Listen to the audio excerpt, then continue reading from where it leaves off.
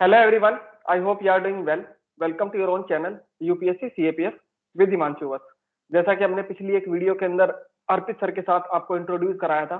अर्पित sir वो हैं जिनके द्वारा ऑल इंडिया रैंक 1 जो है वो हासिल की गई है CDS 1 2023 एग्जाम के अंदर, और इनको IMA जो है वो अलॉट हुआ है, वो उनकी पर्सनल चॉइस थी। सर के साथ हम एक ऑलरेडी वीडियो कर चुके हैं जिसके अंदर हमने CDS एग्जाम के बारे में बात करी कि CDS की प्रिपरेशन सर के द्वारा कैसे की गई, क्या उनकी स्ट्रेटेजी थी, उन्होंने कोई कोचिंग ली कि नहीं ली, क्या सोर्सेज उन्होंने फॉलो करे। उस वीडियो के बाद आज हम सर के साथ डिस्कस कर रहे हैं SSB की स्ट्रेटेजी, क्योंकि आप सभी को पता है कि जो भी लोग NDA CDS FCAT के लिए तैयारी करते हैं उनके सामने सबसे बड़ा चैलेंज जो है वो SSB होता है। रिटर्न एग्जाम तो जहां तक मुझे पता है हो जाता है क्लियर, और अगर आप ठीक से मेहनत करते हैं तो आप डेफिनेटली रिटर्न एग्जाम को क्वालिफाई कर पाएंगे। और बहुत सारे लोग ऐसे हैं जो मल्टीपल टाइम्स क्लियर करते हैं, बैक टू बैक, लेकिन SSB में बैक टू बैक फेल भी होते हैं। तो आज सर से जानने की कोशिश करेंगे कि SSB क्या है, पहली बात तो, क्योंकि हमारा चैनल आप सभी को पता है कि CAPF के ओरिएंटेड चैनल है, बट बहुत सारे स्टूडेंट ऐसे हैं जो CAPF और CDS दोनों की तैयारी करते हैं। तो मेरा मकसद ये है इस वीडियो के थ्रू कि मैं उन लोगों को टारगेट कर सकूं जो दोनों एग्जाम की तैयारी कर रहे हैं, ताकि उनको आइडिया रहे कि इन फ्यूचर अगर CDS देना पड़ता है या CAPF देना पड़ता है तो कैसे वो इस चीज को टैकल कर सकते हैं। तो SSB क्या है, क्या इसके अंदर होता है, क्या स्ट्रेटेजी है, वो सर के साथ जानने की कोशिश करेंगे। और सर का SSB का जो एक्सपीरियंस है वो भी जानने की कोशिश करेंगे, सर ने कितने SSB दिए वो सब। तो Arpit sir, congratulation for securing all India rank 1 and thank you कि आप हमारे प्लेटफॉर्म के ऊपर एक बार फिर से आए स्टूडेंट को गाइड करने के लिए। Thank you sir. तो सर आप सबसे पहले तो अपनी SSB की जो जर्नी है उसके बारे में बताइए, और फिर उसके बाद आप SSB क्या है उसके बारे में बता सकते हैं। तो बेसिकली मैंने पर्सनली 6 एसएसबी फेस करे हैं, जिसमें मैंने एनडीए, एफटेट और सीडीएस के एसएसबीज दिए हैं। सीडीएस में आईएमए का एसएसबी दिया है। तो मेरा 6 टाइम पर एसएसबी क्लियर हुआ था। इससे पहले मैं 4 टाइम्स कॉन्फ्रेंस आउट और 1 टाइम स्क्रीन आउट हुआ था। और तो बेसिकली जो लोग रिटन एग्जाम क्लियर करते हैं उनको एसएसबी का कॉल आता है। और एसएसबी एक खुद में एक डायनामिक प्रोसेस है जो 5 डे का प्रोसीजर होता है, जिसके अंदर फर्स्ट डे पे स्क्रीनिंग टेस्ट होता है और बाकी 4 डेज पे अदर टेस्ट होते हैं, जैसे साइकोलॉजी, जीटीओ और इंटरव्यू। तो जो फर्स्ट डे होता है वो सबसे इम्पोर्टेंट डे होता है एसएसबी का। इसके अंदर स्क्रीनिंग टेस्ट परफॉर्म किया जाता है और इसमें ऑलमोस्ट 70 to 75% कैंडिडेट्स को स्क्रीन आउट कर दिया जाता है। इसमें बाकी बचे हुए 25 to 30% जो बच्चे होते हैं उनको आगे 4 डेज के लिए रखा जाता है और उनका पूरा प्रोसीजर टेस्ट किया जाता है। इसके बाद 5th डे पर कॉन्फ्रेंस होती है और कॉन्फ्रेंस में जो लोग रिकमेंड होते हैं उनको रख लिया जाता है मेडिकल के लिए और बाकी लोगों को कॉन्फ्रेंस आउट कर दिया जाता है। तो ये बेसिकली एसएसबी का टोटल प्रोसीजर है। तो ये बेसिक सर ने जो एक बार आइडिया बताया कि आप 5 दिन के लिए SSB के अंदर जाओगे जब आपका रिटर्न क्वालिफाई होगा, और जब आप SSB क्वालिफाई करोगे तो आपको रिकमेंडेड बोल करके आपका मेडिकल जो है वो लिया जाएगा। तो सर ये जो 5 दिन का प्रोसीजर है, मतलब इसके बारे में थोड़ा बताइए कि लाइक कैसे कैसे ये होता है। मतलब जैसे होता है ना कि लाइक आपका रिटर्न हो गया, कैसे आपको अप्रोच किया जाएगा कि भाई आपको SSB देने आना है, यहाँ आना है, कौन कौन से सेंटर्स हैं, फिर SSB में पहले दिन क्या होगा, दूसरे दिन, तीसरे दिन, चौथे दिन क्या होगा, और बीच में जो भी हमें डाउट लगेगा वो हम पूछते रहेंगे। तो जिनको अगर रिटर्न क्वालिफाई होता है उनको बेसिकली आर्मी की साइट पर जाकर रजिस्टर करना होता है, जॉइन इंडियन आर्मी पे। उसका डिटेल्स भरनी होती है जो फर्स्ट टाइम कर रहे होते हैं, और जिन्होंने पहले करा होता है उनको रजिस्टर करने की कोई जरूरत नहीं होती है, उनको सीधा डायरेक्टली मेल आ जाता है आर्मी की तरफ से। तो बेसिकली 4 सेंटर्स होते हैं एसएसबी के लिए, जो कि है अपना जालंधर, एक इलाहाबाद, एक भोपाल और एक बैंगलोर। तो इन चारों में से किसी पे भी रैंडमली हमें मेल आ जाता है कि कहाँ पे हमें मतलब पहुंचना होता है। और इसमें हमें टोटल डेट्स में 5 या 6 ऑप्शन मिलते हैं, जिसमें हम कोई भी सिलेक्ट कर सकते हैं अपने कन्वीनियंस के अकॉर्डिंग। अगर कोई डेट सिलेक्ट नहीं कर पाते तो उसको ऑटोमेटिकली डेट अलाउड हो जाती है। तो इसके बाद जो हमें डेट मिलती है उस पे हमें रिपोर्ट करना होता है एसएसबी पे। तो इसमें बेसिकली जो इक्विपमेंट्स जो जो हमें चीज़ें लानी होती हैं वो सब बताया होता है, जो कपड़े लाने होते हैं सब ऑलरेडी मेल्स पे कॉल लेटर मिलता है आर्मी की साइट पे, वहाँ पर गिवन होता है सब कुछ। तो वो सब कुछ हमें लेके जाना होता है। बाकी जो फर्स्ट डे होता है, इसके अंदर अराउंड अगर हम आईएमए की बात करें तो अराउंड 100 लोगों का स्क्रीनिंग होता है। तो फर्स्ट डे पे अराउंड 100 लोग रिपोर्ट करते हैं, जिसमें से फिर फर्स्ट डे पर स्क्रीनिंग टेस्ट परफॉर्म किया जाता है। और स्क्रीनिंग टेस्ट में बेसिकली 2 टेस्ट होते हैं, ओएआर टेस्ट और पीपीडीटी टेस्ट। तो ओएआर टेस्ट में ऑफिसर इंटेलिजेंस रेटिंग टेस्ट होता है। इसके अंदर बेसिक रीजनिंग क्वेश्चंस आते हैं और इसके 2 सेट्स प्रोवाइड किए जाते हैं। इसमें रीजनिंग बेसिक होती है, इसके अंदर अराउंड 40 क्वेश्चंस ईच सेट में होते हैं और around 20-25 minutes depending upon the centre मिलते हैं, अलॉट होते हैं। इसमें टाइम हमें बताया नहीं जाता, मतलब कि कितना टाइम रह गया, जस्ट जैसे ही वो टाइम अप होता है वो बता देते हैं बस। कोई वॉल क्लॉक, कोई क्लॉक ऐसे हम कैरी नहीं कर सकते कुछ भी। तो इसके बाद दो सेट परफॉर्म किए जाते हैं, उसके बाद फिर पीपीटीटी होता है। पीपीटीटी में picture perception and description test होता है। इसके अंदर एक ब्लैंक पिक्चर, इसके अंदर एक पिक्चर दिखाई जाती है जो कि हेजी होती है, और वो काफ़ी हेजी होती है कि उसमें मेक आउट करना मुश्किल होता है कि एक्चुअली में है क्या इतना बैकग्राउंड। तो बेसिकली वो इसलिए दिखाई जाती है ताकि बच्चों का सबकॉन्शियस चेक किया जा सके कि वो एक हेज़ी पिक्चर से क्या कंक्लूड कर सकते हैं, और ताकि लोगों की स्टोरीज़ डिफरेंट बने, लोगों का परसेप्शन डिफरेंट हो। तो इसमें जितने भी कैंडिडेट्स होते हैं सब एक हॉल में होते हैं, उनको फिर 30 सेकंड्स के लिए पिक्चर दिखाई जाती है। मतलब पिक्चर देखने के बाद उनको 4 मिनट्स मिलते हैं स्टोरी लिखने के लिए। तो आफ्टर राइटिंग द स्टोरी उनसे शीट ले ली जाती है, फिर उनको अपनी जो स्टोरी होती है उनको डिस्कस करना होता है। तो इसके लिए कैंडिडेट्स को 10 टू 12 के ग्रुप में डिवाइड किया जाता है। उसके बाद इंडिविजुअल नरेशन शुरू होता है। इसके अंदर हर एक बच्चे को 1 मिनट का टाइम मिलता है और वो अपनी स्टोरी नरेट करता है। तो ऐसे करते-करते जब लास्ट बंदा अपनी स्टोरी नरेट कर देता है, तो ऑटोमैटिकली डिस्कशन शुरू हो जाता है। और डिस्कशन का एम होता है एक कॉमन स्टोरी पे आना और एक कॉमन स्टोरी उसको नरेट करना। तो सब अपनी स्टोरी डिस्कस करते हैं। उसके बाद एक बंदे को नॉमिनेट किया जाता है, किया जाता है स्टोरी को नरेट करने के लिए। जैसे उसका नरेशन खत्म होता है, ये टास्क खत्म हो जाता है। फिर उसके 1 डेढ़ घंटे बाद रिजल्ट्स अनाउंस किए जाते हैं। तो ऐसे अपना फर्स्ट डे खत्म हो जाता है, और जो लोग स्क्रीन आउट होते हैं उनको फर्स्ट डे पर ही बाहर भेज दिया जाता है। तो इसके अंदर अगर केस करना है, तो मेरा मानना है कि हमें ओएआर में ट्राई करना चाहिए कि 1 या 2 रेटिंग लाई जाए। टोटल ओएआर में 5 रेटिंग होती है, बट ट्राई करना चाहिए कि 1 या 2 रेटिंग में लाई जाए।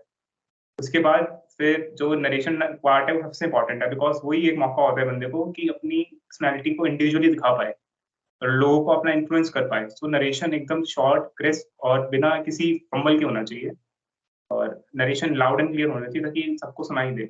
बाकी जो डिस्कशन पार्ट है, उसमें हमें फिश मार्केट में जाने से अवॉइड करना चाहिए और ट्राई करना चाहिए कि अपने 2-3 पॉइंट्स रख के सबको बोलने का मौका दिया जाए। जनरली अगर सिचुएशन ज़्यादा ही फिश मार्केट की तरफ जा रही होती है, तो जो असेसर्स होते हैं, वो ग्रुप को 2 में डिवाइड कर देते हैं और फिर 2 ग्रुप्स अलग-अलग उसको एक साथ डिस्कस करते हैं, फिर कॉमन स्टोरी पे आते हैं। तो इस तरह से हम इसको एज कर सकते हैं। बाकी जो फर्स्ट जब है फुल अपना कॉन्फिडेंस के साथ नरेशन करना चाहिए, तो सबसे इम्पोर्टेंट वही होता है फर्स्ट डे। इस तरह से फर्स्ट डे खत्म हो जाता है। फिर इसके तो बाद मेनली जो ये फर्स्ट डे है, इसमें बेसिकली आपके 2 टेस्ट हो गए। एक तो वो रीजनिंग वाला टेस्ट हो गया और दूसरा आपका ये पिक्चर वाला हो गया। तो पहले तो आप ये बताइए कि रीजनिंग का जो क्वेश्चंस होते हैं उनका लेवल किस तरीके का होता है और वो किस लैंग्वेज में आते हैं? मतलब वो सिर्फ इंग्लिश में आते हैं, इंग्लिश हिंदी दोनों में आते हैं, और उसका क्या लेवल होता है? मतलब क्वेश्चंस का लेवल क्या है? तो बेसिकली जनरल क्वेश्चंस होते हैं, जैसे हम एसएससी के अंदर देखते हैं जैसे क्वेश्चंस आते हैं, नॉर्मल वैसी रीजनिंग आती है और वो सिर्फ इंग्लिश में होती है। अगर उसको एज करना है तो उसकी बुक्स मिलती है मार्केट में। बाकी अगर हम सर्च करेंगे तो उसके सेट्स भी मिल जाएँगे, टेलीग्राम वगैरह पे काफ़ी सेट्स मिल जाते हैं। तो अगर किसी ने रिटन क्लियर किया है तो उसके लिए ज़्यादा मुश्किल नहीं होता है ओएआर मुश्किल के नहीं अंदर ही होगा। चाहिए। और बाकी कोई प्रैक्टिस करना चाहे तो वो कर भी सकता है, इनकी मिल जाते हैं आराम से, है ना? और सर वो जो पिक्चर वाला टेस्ट है, उसमें मतलब उसमें भी आपको स्टोरी इंग्लिश में लिखनी पड़ेगी, इंग्लिश में नरेट करना पड़ेगा, या उसमें भी हिंदी में लिख सकता है कोई आदमी और हिंदी में बोल सकता है? में इंग्लिश में ही लिखना होता है, इंग्लिश में ही बोलना होता है, बट एसएसएस बोलते हैं कि अगर कोई इंग्लिश भूल जाए, तो वो 1 या 2 वर्ड हिंदी के यूज़ कर सकता है, but he need to revert back to English as soon as possible. मतलब 1 या 2 वर्ड हम हिंदी के यूज़ कर सकते हैं, बट जो मेन लैंग्वेज है, जो लैंग्वेज यूज़ करने के लिए है, वो इंग्लिश ही है, पूरे एसएसबी प्रोसीजर में। इंग्लिश में पूरे प्रोसीजर में, ओके। और इसमें सर एक डाउट और लास्ट मेरा ये, कि जो पिक्चर आपको दिखाई जा रही है, आप कह रहे हो हेजी सी है। हेजी पिक्चर से मैं ये समझ रहा हूँ कि कुछ समझ में नहीं आता कि दिखा क्या रहा है वो, है ना? तो इसके लिए क्या हम पहले से ही घर से एक स्टोरी बना करके ले जा सकते हैं कि भाई ये पिक्चर आई, कैसी भी पिक्चर आई, मैं तो यही स्टोरी लिखने वाला हूँ, क्योंकि पता तो चल ही नहीं रहा उनको भी कि क्या आ रहा है। जैसे मेरे को जैसे अपना एक एग्जांपल याद है, मैं जब गया था उधर, एक बंदे ने स्टोरी जो बनाई थी उसमें वो 2015-16 की बात है, उस टाइम पे नरेंद्र मोदी जी हमारे प्राइम मिनिस्टर थे, बन चुके थे। उसने पूरी स्टोरी मोदी जी के ऊपर लिख दी थी और वो सेलेक्ट भी हो गया था। जी ये सर, मेरे को मेरा याद है वो दिन, क्योंकि मैं एक ही बार एसएसबी में गया हूँ। और मैंने तो जो स्टोरी बनाई थी कि भाई एक लड़का है, ऐसे ऐसे, वो ऐसे ऐसे जा रहा है, ये कर रहा है, वो कर रहा है, उसने लड़के को नरेंद्र मोदी जी बना के दिखाया और वो सेलेक्ट भी हो गया था, मुझे याद है। सर तो मेरा मानना है कि जनरली ऐसे हो जाता है एक आधा केसेस में, बट स्टिल ये स्टोरीज़ हमें पहले से कभी भी प्रीकंसेप्शन के साथ नहीं लिखनी चाहिए। क्योंकि ऐसा होता है कि हेज़ी पिक्चर का मतलब होता है कि हमें बैकग्राउंड क्लियर इतना नहीं समझ में आ रहा, हमें ये पता चल जाएगा कि यहाँ पे 3 कैरेक्टर है कि 4 कैरेक्टर है। आउटलाइन समझ में आ जाती है, बिल्कुल ऐसा नहीं, बिल्कुल ब्लैंक नहीं होती है, उसमें हेज़ी होती है बस। सो अगर प्री कंसीव स्टोरी होती है तो जो असेसर्स होते हैं वो इजीली उसको पहचान जाते हैं, क्योंकि वो काफी टाइम से कर रहे हैं और बहुत एक्सपीरियंस होता है उन लोगों को। तो ये सबसे बेकार आइडिया होता है कि हम प्री कंसीव लेके जाएं। हम आइडियाज ले सकते हैं, एक दो एक्शंस डाल सकते हैं जरूर जो हमने लिखा है उससे, बट जो बेसिक थीम है स्टोरी का वो हमें ऑन द स्पॉट ही सोचना चाहिए, ताकि स्टोरी एकदम रियल लगे। बाकी हम आइडियाज ले सकते हैं एक दो अपने एक्शंस पिछले वाले, बस बाकी स्टोरी तो नहीं लिखनी चाहिए हमेशा। ठीक है सर। तो अब मूव करते हैं सेकंड डे के ऊपर कि सेकंड डे को क्या होता है। अब जैसे मान लो आपने जैसे फर्स्ट डे में बताया कि 70% लोग बाहर हो गए, 30% लोग आप बचे हो, तो आप जो 5 दिन यहाँ रहोगे वो सब खाना पीना रहना वो सब आर्मी का है ना। आर्मी की तरफ से होता है। तो सर सेकंड डे का सीन बताइए आप, सेकंड डे की कैसे कैसे क्या सीन है, और साथ में ये भी बताना कि जब किसी भी दिन हम वहां रहते हैं तो वो दिन कब शुरू होता है और कितने बजे खत्म हो जाता है, कितने बजे से शुरू होता है कितने बजे खत्म हो जाता है, मतलब एक दिन का रूटीन क्या रहता है। तो सबसे पहले सेकेंड डे पे जो बच्चे स्क्रीन इन होते हैं उनका साइकोलॉजी टेस्ट परफॉर्म किया जाता है, और जितने भी टेस्ट एसएसबी में होते हैं वो सब 5 बजे शुरू हो जाते हैं सुबह। तो जनरली लोगों को 4 साढ़े 4 उठना होता है, 5 सवा 5 तक रिपोर्टिंग टाइम होता है, तो इतने बजे शुरू हो जाता है। रिपोर्ट करने के बाद साइकोलॉजी में सबसे पहले 4 टेस्ट होते हैं। 4 टेस्ट होते हैं, टीएटी, डब्ल्यूएटी, एसआरटी और एसजीटी। तो जो टीएटी होता है इसको थीमेटिक एपर्सेप्शन टेस्ट बोलते हैं। इसके अंदर टोटल 12 पिक्चर्स आती हैं जो कि 30 सेकंड्स ईच के लिए स्क्रीन पर विजिबल होती हैं, और ईच पिक्चर के लिए हमको 4 मिनट्स मिलते हैं स्टोरी लिखने के लिए। और ये पिक्चर क्लियर होती है एकदम, जैसे पीपीडीडी की पिक्चर थी वो हेजी होती थी, बट ये पिक्चर एकदम क्लियर होती है, जिसमें हम इजीली मेक आउट कर सकते हैं कि क्या पिक्चर है, कितने कैरेक्टर्स हैं, बैकग्राउंड, सब कुछ। तो हमें 4 मिनट मिलता है, और सब्सिक्वेंटली एक के बाद एक टोटल 11 पिक्चर्स और एक ब्लैंक स्लाइड आती है। तो हमें ऐसी स्टोरी लिखनी होती है, और जो ब्लैंक स्लाइड होती है इसमें बिल्कुल खाली होती है, और हमें अपने दिमाग में जो समय सबकॉन्शियस में आ रहा है वो लिखना होता है बेसिकली। तो जो टीएट की इसके अंदर एस करने का तरीका यही है मेरे हिसाब से, कि हमें पिक्चर को अच्छे से ऑब्जर्व करना है, क्योंकि कई चीजें ऐसी होती हैं जो पिक्चर में एक छुपी होती हैं, बट हमें उसको बाहर निकालना होता है। जो एक एक ऐसा मटेरियल हम यूज कर सकते हैं इसके अंदर, के अंदर, जो पिक्चर को हेल्प कर सके। जैसे अब पत्थर पड़ा है, उसको भी हमें ध्यान से देखना है कि पत्थर क्यों पड़ा है। एक रस्सी पड़ी है तो उसका भी यूज किया जा सकता है। सो ये मटेरियल्स होते हैं, बाकी पिक्चर को अच्छा ऑब्जर्व करेंगे और ऑन द स्पॉट अगर लिखेंगे तो एक अच्छी स्टोरी बन सकती है। और सिंपल रखना है, सबसे एसएसबी का मेन मंत्रा यही है कि सिंपल रखो, कुछ भी हमें एक्स्ट्रा ऑर्डिनरी नहीं करना है, कोई ऐसे एक्शन वाली स्टोरीज नहीं लिखनी है, नॉर्मल सिंपल लाइफ से रिलेटेड स्टोरीज लिखनी चाहिए। इसके बाद जो जो ब्लैंक स्लाइड होती है उसकी जो स्टोरी है हम पहले से प्रिपेयर कर सकते हैं, हम 2-3 स्टोरी सोच के जा सकते हैं। इससे होता क्या है कि अगर एक स्टोरी हम पहले भी लिख चुके हैं 11 पिक्चर्स में से, तो हमारे पास एक और स्टोरी बैकअप के लिए तैयार होती है कि अगर वो स्टोरी पहले यूज हो गई तो हम एक और स्टोरी है हमारे पास लिखने के लिए। तो इस तरह से हम 12 स्टोरी लिख सकते हैं। इसके बाद डब्ल्यूएटी परफॉर्म करना होता है। WAT word sir association. इसमें इसमें मैं ये चीज पूछना चाहूंगा कि इसमें भी फिर वो 12 स्टोरी का डिस्कशन होकर के एक कॉमन स्टोरी ऐसा कुछ है, या जो लिख दिया वो लिख दिया। नहीं होता, ये साइकोलॉजिस्ट जो होता है वो पर्सनली सबकी चेक करते हैं, इसमें कोई अच्छा, सबकी डिस्कशन नहीं। 12 की 12 स्टोरी पड़ेगा वो। डोजियर इकट्ठे चेक। इसके बाद WAT word association test perform होता है। इसके अंदर टोटल 60 वर्ड्स आते हैं, जो 15 सेकंड्स के लिए ईच स्क्रीन पर फ्लैश होता है, और हमें उस वर्ड पे 15 सेकंड्स में उस वर्ड के बारे में हमें दिमाग में क्या सेंटेंस आ रहा है वो सोच के लिखना होता है। तो इसके लिए 15 सेकंड मिलते हैं, और 15 सेकंड के बाद कोई ब्रेक नहीं होता, लगातार वर्ड्स फ्लैश होते जाते हैं। तो ये पूरा प्रोसीजर इसके साथ हो जाता है। मेरा मानना है डब्ल्यूएटी में एक्सेल करने के लिए हमें कोई एक्स्ट्रा ऑर्डिनरी सेंटेंस नहीं, नॉर्मल सेंटेंस जो हम रिलेट कर सकते हैं, जैसे कुछ भी हम अपनी हॉबीज इंटरेस्ट के साथ रिलेट कर सकें या फिर अपनी नॉर्मल लाइफ के साथ रिलेट कर सकें, वो लिखना चाहिए। बाकी फिर इसके बाद और सर एसआरटी होता है। इसमें सर जो वर्ड्स आ रहे हैं मतलब वो किस तरीके के वर्ड्स है, लाइक सिंपल वर्ड्स हैं या फिर वोकेबलरी करनी पड़ेगी स्ट्रॉन्ग अपनी, मतलब नॉर्मल सिंपल। वर्ड्स आ रहे हैं लाइक फादर, लाइक वर्ड आ गया फादर, एग्रीकल्चर, ये सिंपल है। अब मान लो आ गया यूबिक्यूटस, ठीक है, तो किस तरीके के वर्ड्स आते हैं वही पूछ रहा हूँ कि सिंपल आते हैं नॉर्मल लाइफ के रिलेटेड या फिर वोकेबलरी इंग्लिश वाले वर्ड्स आते हैं। अगर 60 वर्ड्स आ रहे हैं तो 55 टू 57 वर्ड्स बहुत सिंपल होते हैं, जैसे आपने बताया फादर, एग्रीकल्चर, ऐसे ही होता है। तो वर्ड्स मुश्किल हो सकते हैं, बट उसके लिए हमें कोई एक्स्ट्रा ऑर्डिनरी वोकैबुलरी करने की जरूरत नहीं है, नॉर्मल लाइफ से रिलेटेड वर्ड्स आते हैं। और सर 60 के 60 लिखने जरूरी है, एक आधा छूट गया तो छूट गया। हमें ट्राई करना चाहिए कुछ भी ना छूटे, बट अगर छूट गया तो ऐसे कोई मेजर प्रॉब्लम नहीं होती है। ऑल्दो इस बारे में हमें सोचना भी नहीं चाहिए ज्यादा, बट हमें पूरा प्रोसीजर यही करना चाहिए कि हम पूरा प्रोसीजर पूरा पूरा करें, कुछ भी छोड़ने का मन में सोच के जाना ही नहीं चाहिए।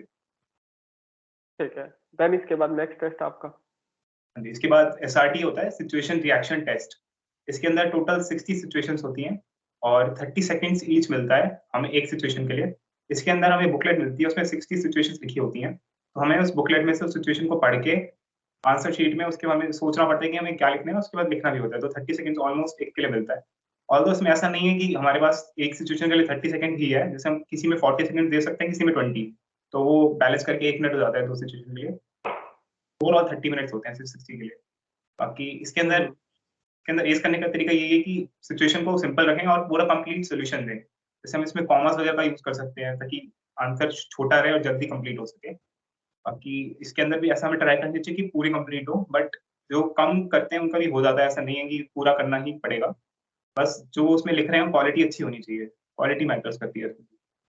इसके बाद फिर जो और लास्ट जो जो जो सर ये सिचुएशन का सीन है, इसमें भी कुछ होता होगा कि आप पहले से ही 150 सिचुएशंस पढ़ के जाएं ताकि सिमिलर सी अगर कोई आ गई तो फटाफट लिख दें हम।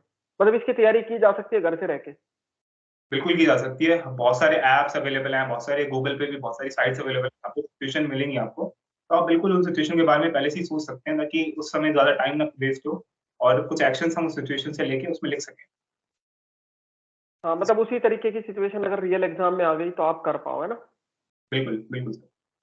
तो ऐसे ये एसआरटी टेस्ट था। एसआरटी के बाद सर मतलब आपने 60 सिचुएशंस दी आपको और आपने लिख दी, और पर सिचुएशन के लिए आपने बताया कितना 30 सेकंड मिलते हैं ना? हाँ जी, हाँ जी। तो 30 सेकंड्स के साथ आपको 60 जो है हर हर सिचुएशन की 30 सेकंड्स और आपको 60 सिचुएशंस लिखनी है। तो इसके बाद सर, और ये जो ये हो रहा है मतलब जो इनके मार्क्स वार्क्स भी होते हैं या मतलब आपको नहीं पता चलते, बट लग रहे हैं मार्क्स, है ना? वो अंदर ही अंदर हो रहा होगा, आपको नहीं पता चल रहा होगा। वो कुछ आउट नहीं होता, ये सब उन्हीं का काम होता है। अच्छा अच्छा। देन उसके बाद नेक्स्ट टेस्ट कौन सा होता है सर?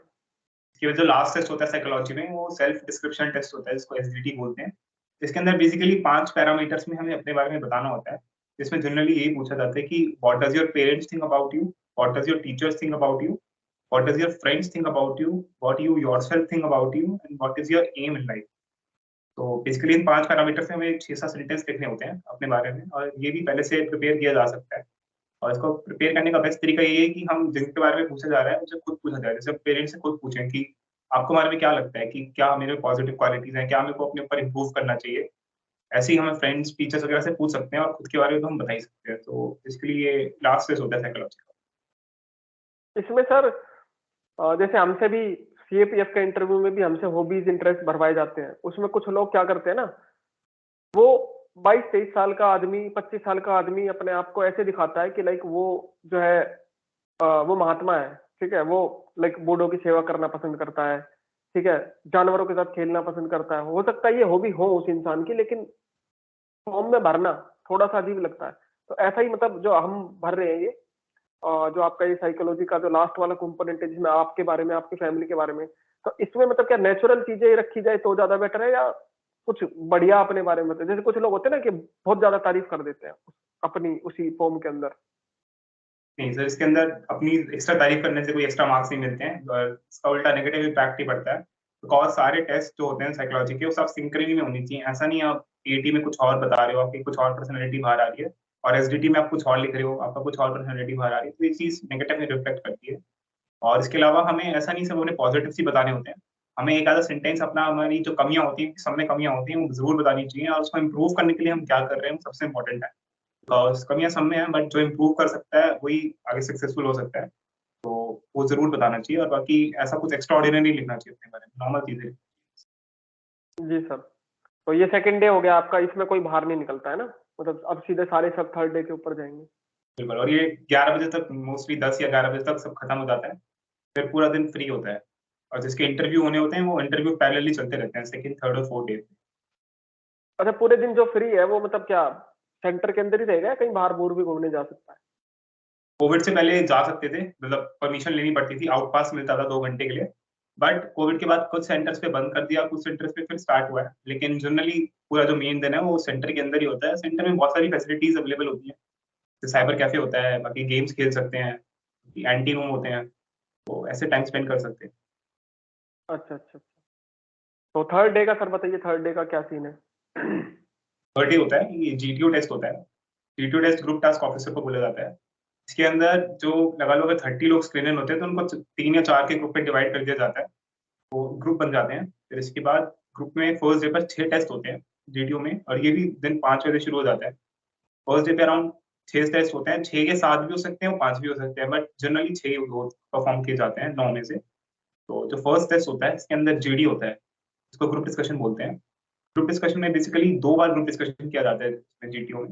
जो फर्स्ट ग्रुप डिस्कशन होता है, इसके अंदर 2 टॉपिक मिलते हैं और हर टॉपिक की 3 लीड्स दी जाती हैं। तो ग्रुप को अपने आप डिसाइड करना होता है वोट से, मेजॉरिटी से, कि कौन से टॉपिक की तरफ जाना है। तो जो ग्रुप डिसाइड करता है, जीटीओ टॉपिक बता देता है फिर से, और इस पे ग्रुप डिस्कशन शुरू हो जाती है, जो कि अराउंड 20 मिनट्स चलती है। इसमें इसके बाद फिर सेकंड डिस्कशन होती है, उसमें भी एक टॉपिक बताया जाता है, उसकी 3 लीड्स होती हैं, उससे भी अराउंड 20 मिनट्स डिस्कस करना होता है।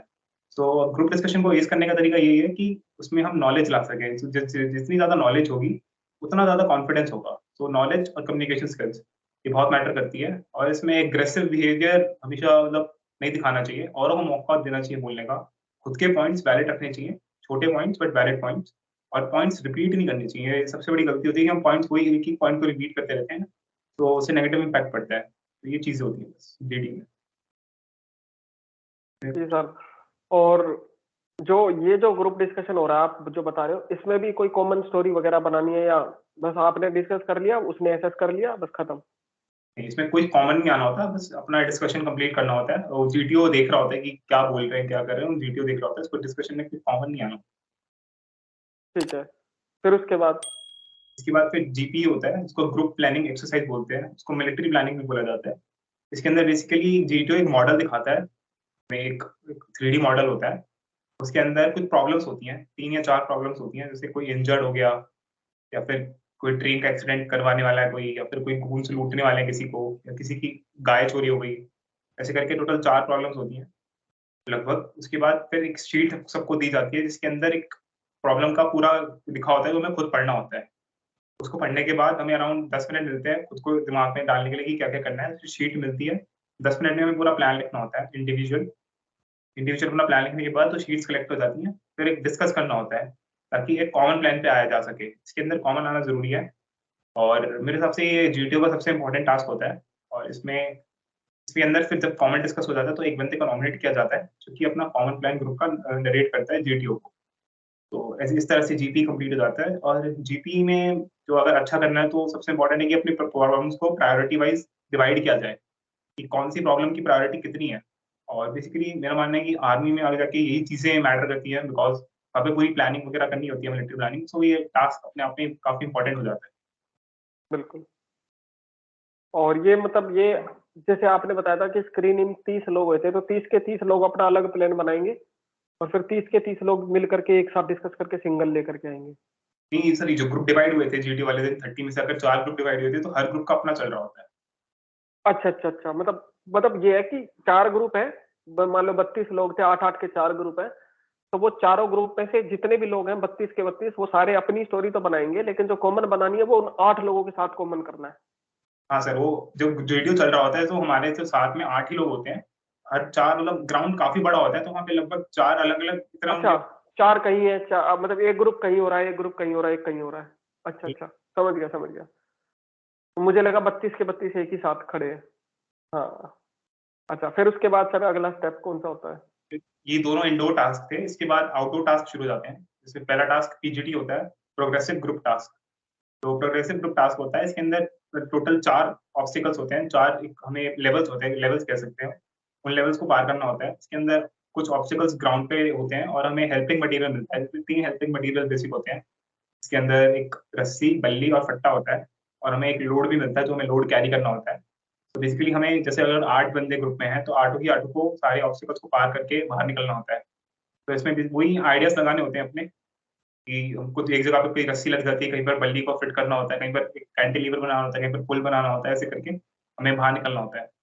तो इसके अंदर यही है कि अगर आपको आइडियाज़ नहीं आ रहे हैं, तो आप ग्रुप को सपोर्ट करो, अगर आपको आइडियाज़ आ रहे हैं, तो आप आगे जाके आइडियाज़ लगाओ। तो ग्रुप मेंबर बनना बहुत ज़रूरी है जीटी के अंदर। तो ये प्रोग्रेसिव ग्रुप टास्क ऐसे ऐसे कंप्लीट ये ग्रुप टास्क है? ये ग्रुप टास्क है, इंडिविजुअल टास्क है ये?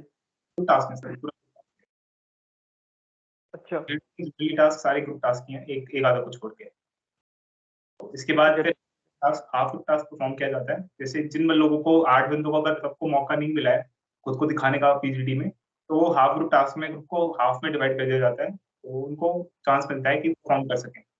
तो सेम ऑब्स्टिकल को ही 4 बंदे पहले परफॉर्म करेंगे, और उसी को 4 बंदे बाद में परफॉर्म करते हैं। जो पहले परफॉर्म कर रहे होते हैं उस समय दूसरे जो परफॉर्म करते हैं वो देख नहीं सकते हैं, उनको पीछे भेज दिया जाता है। तो ये बिल्कुल पीजीडी की तरह होता है, बस इसमें एक ही लेवल होता है, इसमें एक ही टास्क को पार करना होता है। तो इसके अंदर around 15 to 20 minutes as per GTO provide किए जाते हैं। ऐसे ही दोनों ग्रुप जब कर लेते हैं तो हाफ ग्रुप टास्क भी खत्म हो जाता है। फिर जो लास्ट के बाद जो अच्छा। टास्क होता है वो होता है इसको ग्रुप ऑब्स्टिकल हम्म, रेस।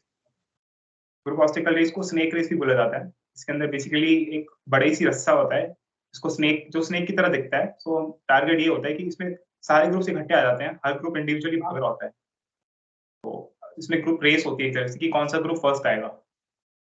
इसके अंदर टोटल 3 ऑब्स्टिकल्स होते हैं, जो कि ज्यादा मुश्किल नहीं होते हैं, बेसिक होते हैं। अगर किसी की बेसिक फिटनेस है तो वो इजीली पार कर सकते हैं उन ऑब्स्टिकल्स को। बट इसमें चैलेंज ये होता है कि इसमें हमें पूरे ग्रुप को एक साथ लेके जाना होता है, और सबके सब जब तक पार नहीं करते तब तक टास्क कंप्लीट नहीं होता है। जैसा कि इसमें बताया, आर्मी पूरा एक ग्रुप गेम है, तो इसमें बेसिकली वही चीजें चेक की जाती है कि अगर कोई बंदा जिसकी हाइट कम है तो अगर दीवार नहीं पार कर पा रहा है तो दूसरे बंदे उसकी किसी हेल्प कर रहे हैं, या कोई अगर कोई टास्क में अगर पीछे रह पा रहा है तो उसको मोटिवेट करके उसको आगे लेकर आना, टास्क में परफॉर्म करना। तो ये इसका मेन एम होता है। इसके अंदर बेसिकली चीजें चेक की जाती हैं कि बंदे की ग्रुप डायनेमिक्स कैसी है। ये भी एक ग्रुप टास्क है और ये सबसे अच्छा टास्क है, सबसे मजेदार टास्क है जीटीओ का। इस पे बहुत मजा आता है। बिल्कुल सर, बिल्कुल। और मैं सुन रहा हूँ, जब मेरे को ये अच्छा लग रहा है कि यार एक बार तो जाना चाहिए था, मतलब कॉन्फ्रेंस के लिए 5 दिन रह के। ये जो एक्टिविटीज वाला टास्क है, ये तो अच्छा लगता है, मजा भी आता होगा इसके अंदर बहुत ज्यादा। रिजल्ट क्या आएगा वो सब तो भूल ही जाता है आदमी, जब बिल्कुल। ये इतनी सारी एक्टिविटीज हो रही है, अच्छा लगता है बहुत। अच्छा, और ये मतलब ये थर्ड डे हो गया, आपके टास्क हो गए, फिर फोर्थ डे को क्या होता है? फिफ्थ थर्ड डे पे एक और टास्क बच रहा था, इसमें लेक्चरेट होता है। लेक्चरेट में अच्छा। बेसिकली 4 टॉपिक्स मिलते हैं एक बंदे को, उसमें से एक सिलेक्ट करना होता है। उस टॉपिक के ऊपर अराउंड 2.5 मिनट्स मिलते हैं प्रिपेयर करने के लिए। तो वो बाहर चले जाते हैं, जैसे थोड़ा सा दूर जाके वो टॉपिक के बारे में खुद माइंड में प्रिपेयर कर सकते हैं कि क्या बोलना है। जैसे जी किसी को G20 में आया तो उसके बारे में सोच सकता है कि मुझे कैसे बोलना है, कि क्या G20 है, उसके बेनिफिट्स क्या है, उसके एडवांटेजेस डिसएडवांटेजेस, ऐसे करके बेसिक प्लानिंग बना सकते हैं अपने दिमाग में। फिर उसको 3 मिनट में नरेशन पूरा नरेट करना होता है, ग्रुप के आगे लेक्चर देना होता है। बेसिकली ग्रुप होता है और जीटीओ, उनके आगे नरेट करना होता है। तो उसमें टाइम मिलता है 3 मिनट का, 3 मिनट बोलना होता है। जितनी देर में वो बोल रहा होता है, इतनी देर में जो उसका नेक्स्ट बंदा होता है वो बाहर चले जाता है प्रिपेयर करने के लिए अपना खुद का। तो ऐसे करते करते ये पूरा टास्क कंप्लीट हो जाता है। तो ठीक इसमें है। जीडी में नॉलेज और कम्युनिकेशन स्किल्स काम आती है, वैसे ही लेक्चरेट का भी है कि जितना आप नॉलेज होगे उतने आपको कॉन्फिडेंस आएगा, और कम्युनिकेशन स्किल्स जो होती हैं वो वही इस चीज में एज करवा पाती है। तो लेक्चरेट का बेसिकली यही होता है। इस तरह से थर्ड डे खत्म हो जाता है अराउंड 11-12 बजे तक। फिर उसके बाद वो फिर पूरा दिन वैसे ही फ्री होता है, और जिसके इंटरव्यू चलने होते हैं वो पैरेलली चल रहे होते हैं। तो सर ये जो लेक्चरेट का सीन है, मतलब इसमें 4 टॉपिक जो है वो सबके लिए सेम है, जितने भी लोग हैं 32 के 32, या जो 8 वाला ग्रुप है उसकी बात कर रहे हैं हम? तो सेम तो किसी के लिए भी नहीं होते हैं। हर टॉपिक, हर जो शीट मिलती है उसमें 4 टॉपिक अलग अलग लिखे होते हैं। तो ये आपके अच्छा, ऊपर। सबके लिए 4 अलग अलग है ना, आपकी चॉइस है, आपने कौन सा चूज करा। मतलब मुझे लगा कि जैसे जैसे सीएपीएफ का पेपर हो गया कि 6 से आए, सबके लिए सेम है, कोई भी 4 तुम चूज करो, वैसे यहाँ पे भी चारों, वो जो चारों आएंगे वही अलग होंगे? सबके अलग होते हैं, चारों चारों सबके अलग होते हैं। कोई एक आधा मिक्स आ जाए वो अलग बात है। हाँ वो मतलब दूसरे। ऐसा होता है कि 2 लोगों का, दो मतलब 4 जो थे उनमें से कोई एक कॉमन टॉपिक आ गया और दोनों ने वही चूज कर लिया, ऐसा भी हो जाता है? नहीं, जो सेम ग्रुप होता है उसमें कभी नहीं होता ऐसा। बाकी अगर दूसरे ग्रुप है उसमें हो सकता है, क्योंकि उनका तो हम सुन भी नहीं सकते हैं। उनका अलग चल रहा है ना, उनका अलग चल रहा है, उनका तो अलग चल रहा है। हाँ, ठीक है। और ये थर्ड डे हो गया, फिर उसके बाद आपका फोर्थ डे शुरू हो जाएगा। 4 डे भी सेम टाइम पे शुरू होता है, और इसमें जो फर्स्ट टास्क होता है वो इंडिविजुअल ऑब्स्टिकल्स होता है। इसके अंदर इंडिविजुअली एक परफॉर्म करने होते हैं। टोटल इसमें 10 ऑब्स्टिकल्स होते हैं, और हर ऑब्स्टिकल का मार्क्स होता है। जैसे जो फर्स्ट ऑब्स्टिकल है उसका 1 मार्क्स है, सेकंड ऑब्स्टिकल है उसका 2 मार्क्स है। ऐसे करते करते 10 तक 10 मार्क्स होते हैं, और डिफिकल्टी लेवल के हिसाब से मार्क्स इसमें असाइन होते हैं। बढ़ते जाते हैं, बिल्कुल। इसके बाद इसमें 3 मिनट का टाइम होता है। 3 मिनट में जितने मैक्सिमम ऑब्स्टिकल्स हो सकते हैं करने होते हैं। अगर किसी ने 10 पूरे कर लिए तो वो रिपीट भी कर सकते हैं अपनी मर्जी के हिसाब से। बट अगर पूरे 10 नहीं ज्यादा हुए तो पॉइंट्स ज्यादा पॉइंट्स कैच कैच करने के लिए ना, मतलब जैसे मान लो जिसने 3 मिनट में 10 के 10 कर दिए, फिर उसको लग रहा है कि 2-4 पॉइंट और ले लूं यार, मेरे पास अगर टाइम बचा है, तो वो जो दोबारा जो टास्क करेगा उसके फिर पॉइंट्स मिलेंगे उसको? बिल्कुल ऐसे ही होता है। अच्छा, अच्छा।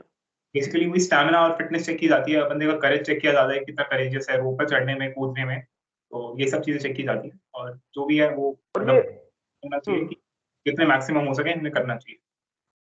और ये जो ऑब्स्टेकल्स है ये है किस तरीके के, मतलब दीवार पे चलना है, दीवार चढ़नी है, रस्सी पे लटकना है, क्या करना है, मतलब क्या किस तरीके के होते हैं, अगर आप आइडिया दें तो? इसमें अलग-अलग तरीके के ऑब्स्टिकल्स होते हैं, जैसे एक ब्रिज होता है, जिसके अंदर रस्सी का ब्रिज होता है, उसमें हमें चल के जाना होता है, एक एंड से दूसरे एंड तक, थोड़ा ऊँचाई पे होता है वो। इसके बाद एक एक इसमें प्लेटफ़ॉर्म होता है, जिसके ऊपर चलना होता है हमको। बहुत पतला प्लेटफ़ॉर्म होता है, बट ऊँचाई पे होता है, तो इसमें बेसिकली करेज चेक किया जाता है कि कितना करेजियस बंदा है। बाकी इसमें ये भी देखा जाता है कि बंदे को फ़ियर ऑफ हाइट्स तो नहीं है, मतलब बेसिकली उनके पैरामीटर से चेक करने के। इसके अलावा फिर एक डबल डिच होती है, जिसमें रस्सी पकड़ के खड्डे के आगे कूदना होता है। फिर एक टाइगर जंप होती है, जिसमें रस्सी पकड़ के नीचे आना होता है। ऐसी एक स्क्रीन जंप होती है, जिसके ऊपर एक स्क्रीन लगी होती है, उसके ऊपर से कूदना होता है। सो नॉर्मल टास्क होते हैं, बेसिक फिटनेस अगर किसी की है तो ईज़िली परफ़ॉर्म कर सकता है, ज़्यादा मुश्किल नहीं है इंडिविजुअल ऑब्स्टिकल्स का टास्क। अच्छा, इन बिटवीन किसी को चोट-वोट लग जाए ये करते-करते तो उसका क्या होगा? हो बेसिकली जाता है ना, कई बार लगती तो होगी। लग जाती है, इसमें डॉक्टर्स अवेलेबल होते हैं। अगर किसी को ज़्यादा चोट लग जाती है तो डॉक्टर्स इमीडिएटली एम्बुलेंस वगैरह वही खड़ी होती है, बट इसकी कभी ज़रूरत पड़ी नहीं है। टच वुड, बट अगर किसी को ज़रूरत पड़ जाए तो डॉक्टर्स अवेलेबल होते हैं इसके लिए। नहीं, जैसे मतलब ऐसा हो गया ना कि मान लो कोई टाइगर जंप आप बता रहे हो, तो टाइगर जंप पे 10-15 फुट की हाइट पे कोई आदमी जा करके कूदेगा और रस्सी पे लटक के नीचे आएगा। बाय चांस मतलब कूदते वक्त वो रस्सी पकड़ ही नहीं पाया।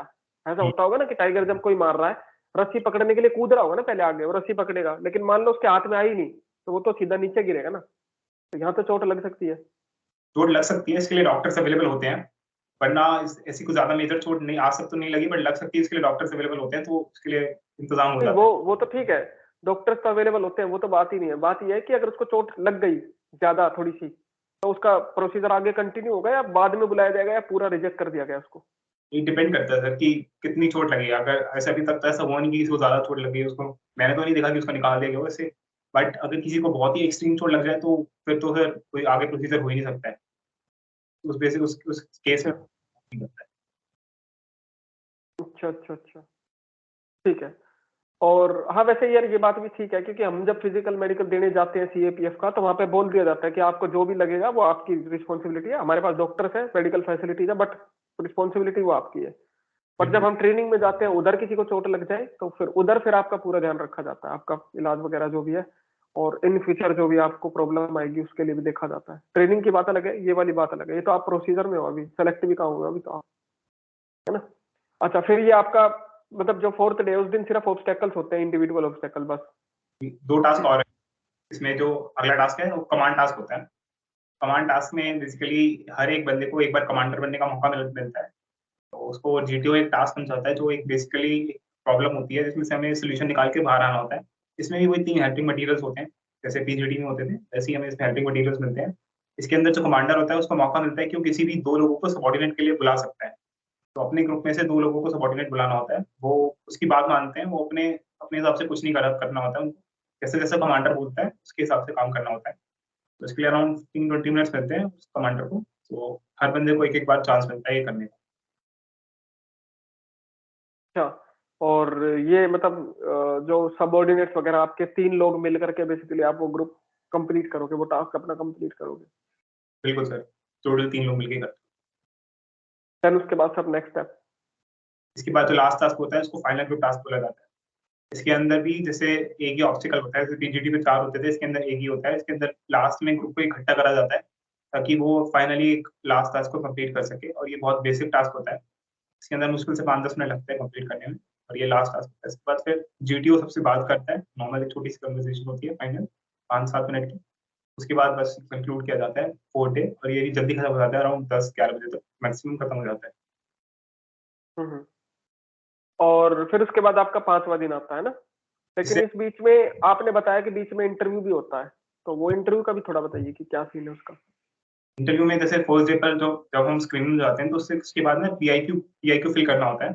PIQ basically personal information questionnaire को बोलते हैं। इसके अंदर अपनी बेसिक डिटेल्स डालते हैं, अपनी education details, family background, family की डिटेल्स, और बाकी अपनी हॉबीज, इंटरेस्ट, अपनी कितनी एसएसबी अटेंड करी थी, पूरा डालना होता है।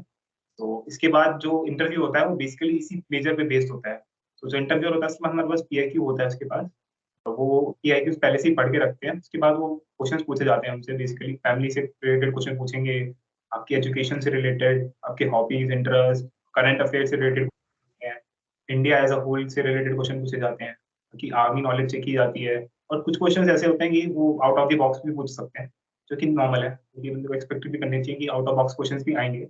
तो ये सब इंटरव्यू में किया जाता है, और इंटरव्यू में ये करने का तरीका यही है कि कुछ भी एक्स्ट्राऑर्डिनरी ना बताया जाए अपने बारे में, और वहाँ पे झूठ ना बोला जाए ज़्यादा। अगर किसी को कुछ ऐसा भी बताना है जो थोड़ा झूठ भी हो, तो उसको मेरे हिसाब से पहले खुद जी लेना चाहिए वो। अराउंड 1-2 महीने वो चीज़ खुद करके देख लेनी चाहिए। जैसे अगर कोई लिख रहा है कि आई लाइक टू रीड, तो उसको पता होना चाहिए कि खुद कितनी बुक्स उसने पढ़ी हैं और उस बुक्स के बारे में बेसिकली पता होना चाहिए। ऐसा नहीं होना चाहिए कि जीडीओ बेसिक बुक भी पूछ रहा है, आपको वो भी नहीं पता है। सिर्फ 1 या 2 बुक्स पढ़ी है और उनकी हॉबी रीडिंग है, तो ये चीज़ नहीं होनी चाहिए। थोड़ा एक्स्ट्रा पढ़ के रखना चाहिए ये सब चीज़ों के बारे में।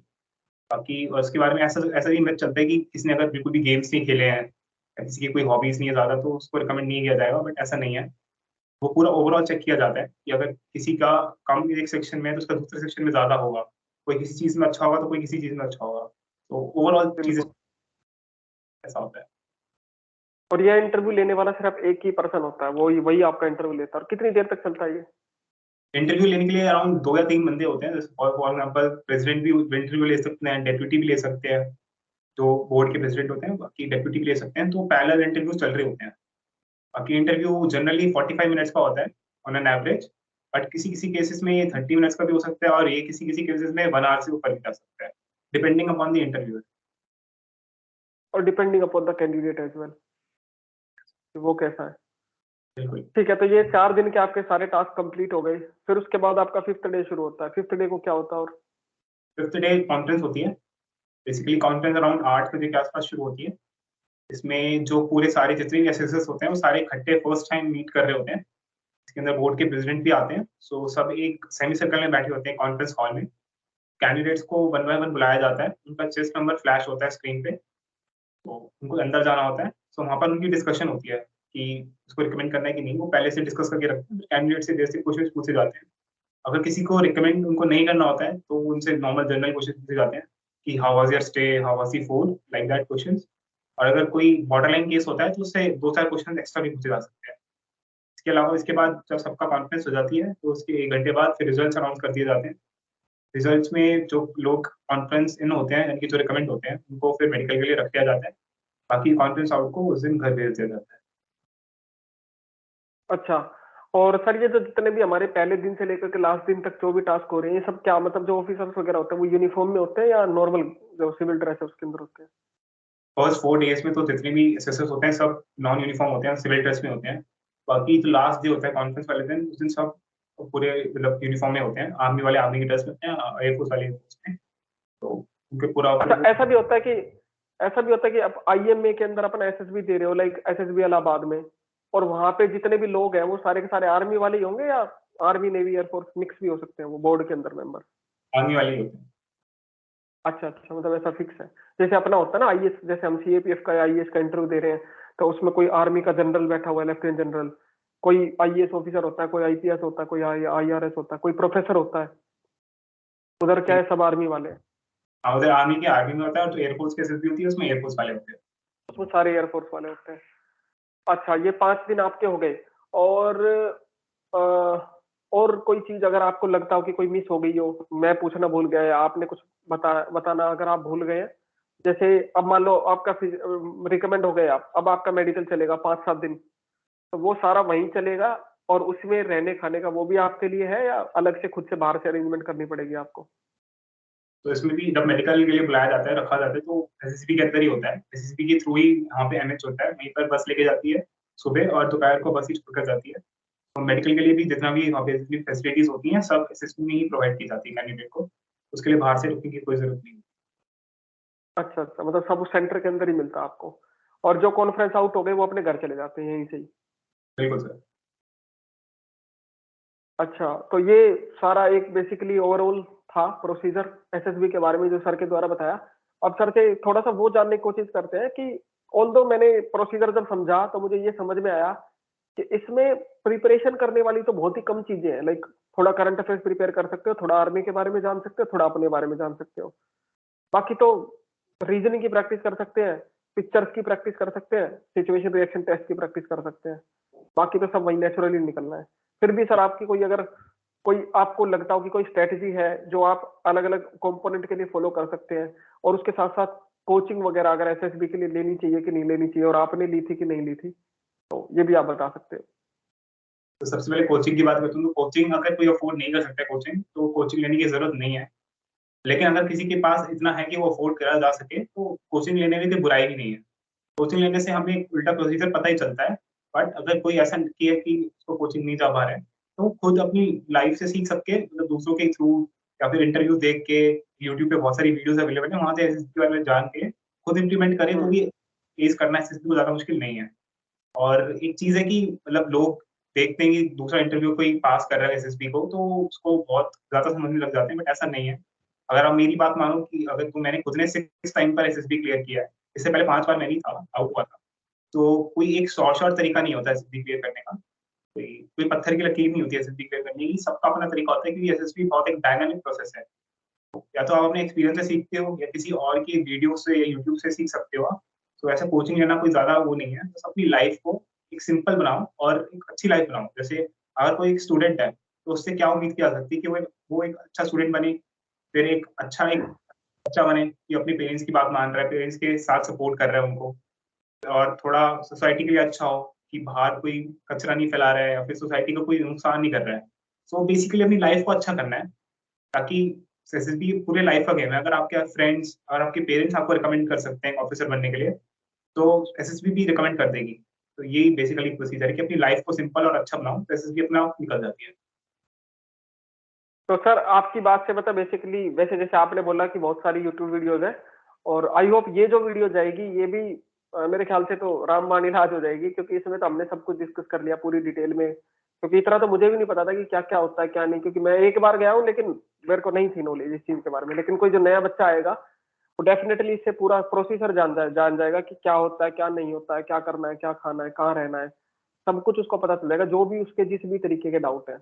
और रही बात कोचिंग की, तो आपने सही बोला कि कोचिंग से एटलीस्ट आपको प्रोसीजर ही पता चल जाए, फिर थोड़ा कम्युनिकेशन भी आपका इंप्रूव हो जाए। क्योंकि अगर आप एसएसबी की कोचिंग दे रहे होंगे तो ये टास्क भी आपसे करवाए जाए थोड़े बहुत, और होता होगा कोचिंग में, एसएसबी की कोचिंग में थोड़े बहुत टास्क वगैरह भी आपसे करवाए जाते होंगे ताकि आप ग्रुप के साथ रिलेट कर पाए, वो चीजें वहां थोड़ी आसान हो जाती है। बट सर की एक लाइन जो है वो मैं भी बोल रहा हूँ कि अगर आप अफोर्ड कर सकते तो ही जाना, बेकार में अपने पैसे बर्बाद मत करना। अगर आपके पास है कि भाई आपके पास टाइम नहीं है और मैं एक बार तो एटलीस्ट लेना चाहता हूँ, तो आप देख लेना। लेकिन अगर आपको लगे कि भाई मेरे पास पैसे भी नहीं है और मुझे लगता है कि मैं कर लूंगा, तो फिर किसी के बहकावे में आकर के ज्वाइन करने की जरूरत नहीं है, खुद से कर सकते हो। और ये वीडियो तो है ही मोर देन इनफ। और सर मैं भी थोड़ा बहुत इसमें ये समझाऊं कि आपको 3 चीजों के ऊपर फोकस करना है। एक तो अपनी फिजिकल फिटनेस वो होनी चाहिए, क्योंकि वो चाहिए सारे टास्क परफॉर्म करने के लिए। दूसरा, आपकी कम्युनिकेशन स्किल्स अच्छी होनी चाहिए। कम्युनिकेशन स्किल्स मतलब दूसरों से कैसे तुम इंटरेक्ट कर रहे हो, उनके साथ कैसे रह रहे हो, कैसे बातचीत कर रहे हो।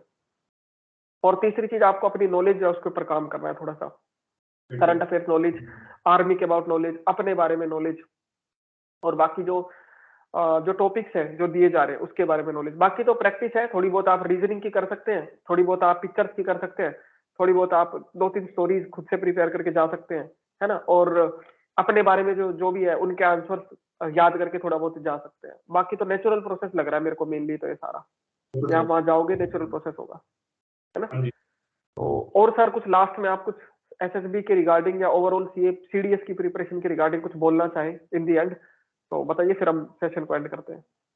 बस एसएसबी के रिगार्डिंग तो यही बोलूंगा कि एसएसबी थोड़ा मतलब एक डायनामिक चीज है, और इतना कोई शॉर्ट प्रोसीजर नहीं है, तो अपने साथ एक बैकअप जरूर रखें। क्योंकि इंटरव्यू में ये चीज पूछी जाती है कि देखा जाता है कि बच्चा ज्यादा डेस्परेट तो नहीं है आर्मी के लिए, कोई लॉजिकली सोच रहा है कि इमोशनली सोच रहा है। अगर कोई लॉजिकल सोचेगा तो जरूर एक ना एक कोई साथ में बैकअप जरूर रखेगा, बिकॉज एसएसबी ऐसा प्रोसीजर है इसमें सिलेक्शन रेशियो बहुत कम है। तो एक पक्का से अभी बैकअप जरूर रखना चाहिए एग्जाम को। अगर कोई गवर्नमेंट एग्जाम नहीं है तो प्राइवेट सेक्टर में भी जॉब करके एसएसबी परफॉर्म की जा सकती है। बेसिकली यही है कि एक बैकअप रखा जाए और लॉजिकली एसएसबी को फेस किया जाए, ना कि इमोशनल। यही तरीका है। जी सर, और यही मैं भी बोलता हूँ जितने भी सीएपीएफ के या सीडीएस के सिविल सर्विस के एस्पिरेंट्स है सबको मैं भी यही कहता हूँ कि आपको एक ही चीज के पीछे नहीं भागना है। एक चीज को मेन रखो, लेकिन उसके बाद बाकी चीजें भी आप थोड़ी थोड़ी करते रहो। क्योंकि जब सीएपीएफ का सिविल सर्विस का इंटरव्यू देने जाओगे और वहां जाकर के बैठोगे और आपसे पूछा जाएगा और क्या कर रहे हो, आप बताओ कि मैं 5 साल से यही कर रहा हूँ तैयारी, तो थोड़ा सा नेगेटिव इम्पैक्ट उस चीज का पड़ता है। तो आप या तो कोई ग्रेजुएशन वगैरह या पोस्ट ग्रेजुएशन कर रहे हो, कहीं काम कर रहे हो, कहीं जॉब कर रहे हो, कहीं पढ़ा रहे हो, किसी दूसरे एग्जाम की तैयारी कर रहे हो, ये रहना चाहिए बेसिकली। एक चीज के पीछे नहीं भागना है। और सर इन दी एंड में एक सवाल और ये पूछूंगा कि जो कितने लोग हैं जो मतलब आप 100 लोग आए थे, तो कितने लोग हैं इन दी एंड जो रिकमेंड होंगे, कॉन्फ्रेंस इन होंगे जो बेसिकली, तो और और उसके बाद भी मेडिकल में क्या रेशियो रहता है कि लाइक अगर मान लो 20 लोग कॉन्फ्रेंस इन हुए तो मेडिकल में से कितने पार हो जाएंगे? तो बेसिकली जितने रिकमेंड होते हैं उसमें अराउंड 100 बंदे का रिपोर्ट किए तो ऐसा कोई फिक्स नहीं होता है, वो एसएसबी बोर्ड के ऊपर है कि उनको कितने बंदे में पोटेंशियल दिख रहा है, कितने बंदों में ऑफिसर लाइक क्वालिटीज दिख रही हो। अगर उनको 10 बंदों में दिख रही है तो 10 को करेंगे, उनको किसी में नहीं दिख रही तो ऐसा हो सकता है कि पूरा बैच ही वॉश आउट हो जाए। तो डिपेंड्स अच्छा, अपॉन दी ऐसा होता बोर्ड। है? हाँ जी, हो जाता है, वॉश आउट हो जाते हैं, ज्यादा लोग भी रिकमेंड हो जाते हैं। ये बोर्ड टू बोर्ड डिफर करता है कि कैसे कैंडिडेट्स आए हैं उस दिन बैच में। बाकी मेडिकल की बात है तो मेडिकल में अराउंड 85 टू 90% रेशियो रहता है कि सिलेक्शन होने का। कुछ 10% ही लोग होते हैं जो बाहर हो जाते हैं। बाकी क्योंकि उसमें हमें अपील करने का भी मौका मिलता है तो उसमें जनरली लोग फिट हो जाते हैं। ठीक है। तो ये थे अर्पित सर जिन्होंने पूरी स्ट्रेटेजी जो है वो एसएसबी एग्जाम के बारे में बताई कि सीएपीएफ और सॉरी सीडीएस के अंदर क्या एसएसबी होती है, और आई थिंक यही एसएसबी एनडीए के अंदर और एफकेट के अंदर भी सेम ही होता होगा प्रोसीजर, और जो एयरफोर्स में जा रहा होगा उसका भी प्रोसीजर लगभग सेम होता होगा या डिफरेंट होता है थोड़ा? जी सर, पूरी एसएसबी सेम ही होती है, चाहे कहीं पर भी कोई भी उसकी एंट्री की सेम ही होती है? सेम ही होती है। अच्छा, तो ये सारा प्रोसीजर था एसएसबी के बारे में जो सर के द्वारा बताया गया। और सर कौन है? सर के द्वारा ऑल इंडिया रैंक 1 जो है वो हासिल की गई है सीडीएस 1 2023 में, और ये जल्दी आईएमए के अंदर जाने वाले हैं। तो sir thank you so much for explaining these all the details about the SSB, और जो स्टूडेंट्स हैं उनको गाइड करने के लिए, मोटिवेट करने के लिए। आई होप कि बहुत सारे लोग आपसे कुछ सीखेंगे, क्योंकि आपने बहुत ही यंग एज के अंदर, जैसे हम भी सेलेक्ट हुए हैं लेकिन हमारी 24-25 साल हो चुके हैं, आप सिर्फ 21-22 साल के हैं। तो इतनी यंग एज में एक ऑफिसर लेवल पे सेलेक्ट हो जाना तो काफी बड़ी बात होती है। मेरे हिसाब से तो काफी बड़ी बात है, क्योंकि अगर मेरे में वो होता तो शायद मैं भी इतनी पहले हो जाता। बाद में हुआ, लेकिन एज का भी फैक्टर जो है वो रहता है, और जो जल्दी सेलेक्ट होता है, जैसे आप 22 में हो गए, तो आई होप कि इन फ्यूचर आप काफी हाई रैंक तक भी पहुंचोगे, है ना? चाहेंगे कि आप अच्छे से अपनी ट्रेनिंग करें और ज्यादा अपनी लाइफ के अंदर आगे बढ़े। तो thank you so much for from my side, मेरी पूरी टीम की तरफ से, और जितने भी स्टूडेंट्स देख रहे हैं इस वीडियो को उन सब की तरफ से बहुत बहुत धन्यवाद, बहुत बहुत कॉन्ग्रेचुलेशन एक बार फिर से आपको भी और आपकी पूरी फैमिली को भी। Thank you so much sir.